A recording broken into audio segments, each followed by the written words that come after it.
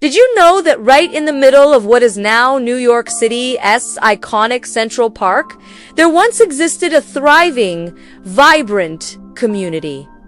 This isn't just a forgotten footnote in history. It's the story of a place called Seneca Village, a story of hope, community, and profound loss that was buried for over a century. Let's journey back in time. Long before the sprawling lawns and winding paths of Central Park came to be, our story begins in 1825, at a time when slavery was still a grim reality in New York and much of the nation. A group of free African Americans began purchasing land in a rural, rocky area of Manhattan, between what is now 82nd and 89th Streets and 7th and 8th Avenues. This wasn't just any land purchase, it was a radical act of self-determination. They weren't just buying plots, they were building a future. They were laying the foundation for a sanctuary, a place where they could own property, build homes, and live with a degree of freedom and autonomy that was incredibly rare for Black people in antebellum America. Soon, this fledgling settlement blossomed into Seneca Village. The name itself is a bit of a mystery, but some historians believe it might have been inspired by the Seneca Nation of Native Americans, or perhaps it was a reference to the Roman philosopher Seneca, who wrote about freedom and virtue. Whatever its origin, the name became synonymous with opportunity. The community quickly grew, attracting more African American families and, by the 1840s, Irish and German immigrants who were also seeking refuge from the crowded and often prejudiced conditions of lower Manhattan. Imagine what life was like there. Seneca Village wasn't a shanty town, as its detractors would later claim. It was a established community. Picture dirt roads winding between modest but proud wooden houses, each with its own garden where residents grew their own food. By the 1850s, the village was home to over 225 residents living in more than 50 houses. This was a place of stability and substance. More than half of the African American residents owned their homes, a staggering statistic for the time. And this ownership was profoundly important. In New York State, a law passed in 1821 required African American men to own at least $250 worth of property and hold residency for 3 years to be eligible to vote. For most Black men in the city, this was an insurmountable barrier. But in Seneca Village, land ownership wasn't just about having a place to live. It was a direct path to political power and a voice in their own governance. By owning their land, at least 10 Black men in the community earned their right to cast a ballot, a right they would not have had otherwise. This was a community actively participating in the democratic process, building a foundation of civic engagement against all odds. The heart and soul of Seneca Village were its institutions. There were not one, but 3 churches that served as the spiritual and social centers of the community. The African Union Church, the African Methodist Episcopal Zion Church, and the All Angels Church were more than just places of worship. They were meeting halls, community centers, and places of support where neighbors came together, shared their joys and sorrows, and strengthened their bonds. And perhaps, most importantly, Seneca Village had its own school. The Colored School of Seneca Village, later known as Schoolhouse Number 3, was a testament to the community's commitment to the next generation. In a society that actively denied educational opportunities to Black children, the residents of Seneca Village ensured their kids had a place to learn, to grow, and to dream of a better future. This wasn't just a settlement, it was a fully formed town, a place where people built lives, raised families, and nurtured a powerful sense of belonging. It was a haven, a symbol of Black resilience and success carved out of the rocky Manhattan landscape. But as the 1850s dawned, the winds of change began to blow, and they were not in Seneca Village's favor. New York City was growing at an explosive rate. The city below 42nd Street was becoming a dense, chaotic landscape of tenement buildings and industrial grime. The city's elite, inspired by the grand public parks of London and Paris, began to clamor for a large, central green space. They envisioned the lungs of the city, a picturesque landscape for recreation and leisure, a place for the wealthy to parade in their carriages. In 1853, the New York State Legislature approved a plan to set aside 775 acres of land right in the middle of Manhattan for this grand project, Central Park.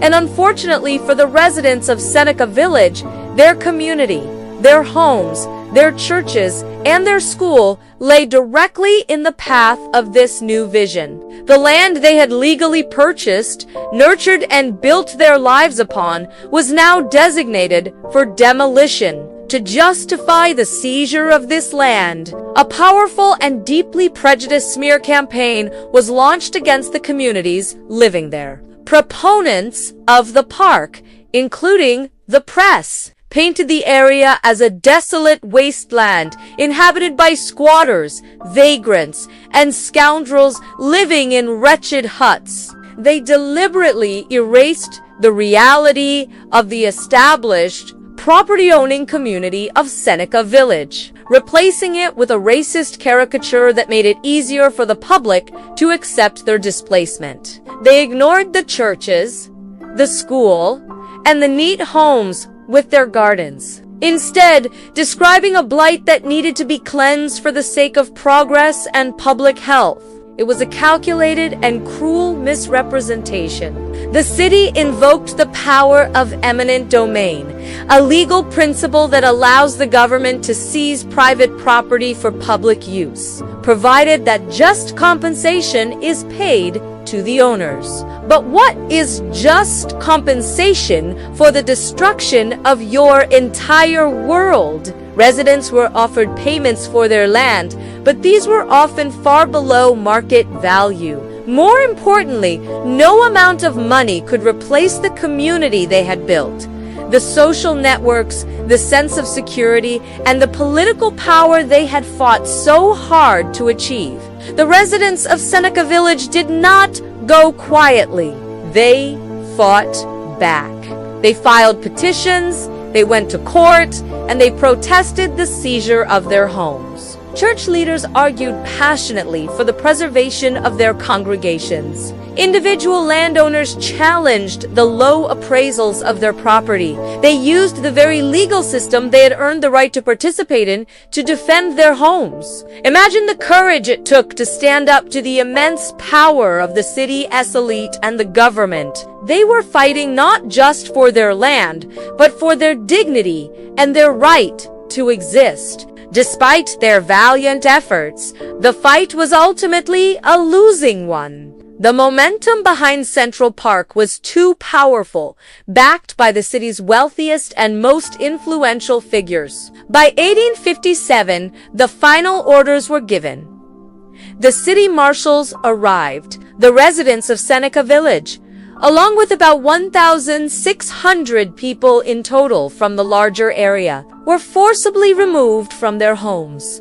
We can only imagine the heartbreak of that day. Families who had known no other home were forced to pack their belongings and leave. Houses were torn down, gardens were bulldozed, and the churches that had been the bedrock of the community were demolished. In a matter of months, all physical traces of Seneca Village were erased from the landscape. The entire community was wiped off the map. Its streets, homes, and history buried under tons of earth to make way for the manicured lawns and scenic vistas of the new park. The vibrant world they had built was gone, scattered to the winds. The residents disappeared into the anonymity of the larger city, their unique communities shattered. For more than a century, the story of Seneca Village was almost completely forgotten as millions of people strolled through Central Park, picnicked on its lawns, and admired its beauty. They had no idea they were walking over the ghosts of a silenced community. The official histories of the park rarely mentioned it, and when they did, they often repeated the old, biased descriptions of a squatter settlement. Seneca Village became a whisper, a historical footnote known only to a handful of dedicated scholars. But history has a way of resurfacing. In the 1990s, historians, writers, and descendants began to piece together the story, digging through archives, land deeds, and census records. Their work culminated in a groundbreaking archaeological project in 2011. The Institute for the Exploration of Seneca Village History. A team of archaeologists and students began to dig on the site where the village once stood near the modern-day Diana Ross playground. What they found was incredible. It was physical proof that directly contradicted the old smear campaigns. They unearthed the stone foundation walls of homes. They found household items, an iron tea kettle, a roasting pan, fragments of fine china and porcelain objects that spoke of a stable domestic life, not of transient squatters. They uncovered a child's shoe, a visceral, heartbreaking reminder of the families who lived and played here. Each artifact was a piece of the puzzle, a voice from the past, testifying to the real lives that were lived in Seneca Village. Today, thanks to this work, Seneca Village is being remembered. The Central Park Conservancy has installed historical signage and offers walking tours that tell the story of the community. Exhibits and educational programs are finally giving Seneca Village its rightful place in New York City's history. The story of Seneca Village is a powerful and complex one. It's a story of incredible achievement and devastating loss. It's a reminder of the vibrant Black communities that have shaped American history. And it's a sobering lesson about how progress can come at a terrible human cost, and whose history gets to be told and whose gets erased. The next time you walk through Central Park, take a moment to remember the homes that once stood there, the community that thrived, and the legacy of Seneca Village that lies just beneath the surface. Thank you so much for joining me on this journey into a forgotten corner of history. If you found this story as moving and important as I do, please give this video a like and subscribe for more deep dives into the stories that shape our world. And I'd love to hear your thoughts in the comments below. See you next time.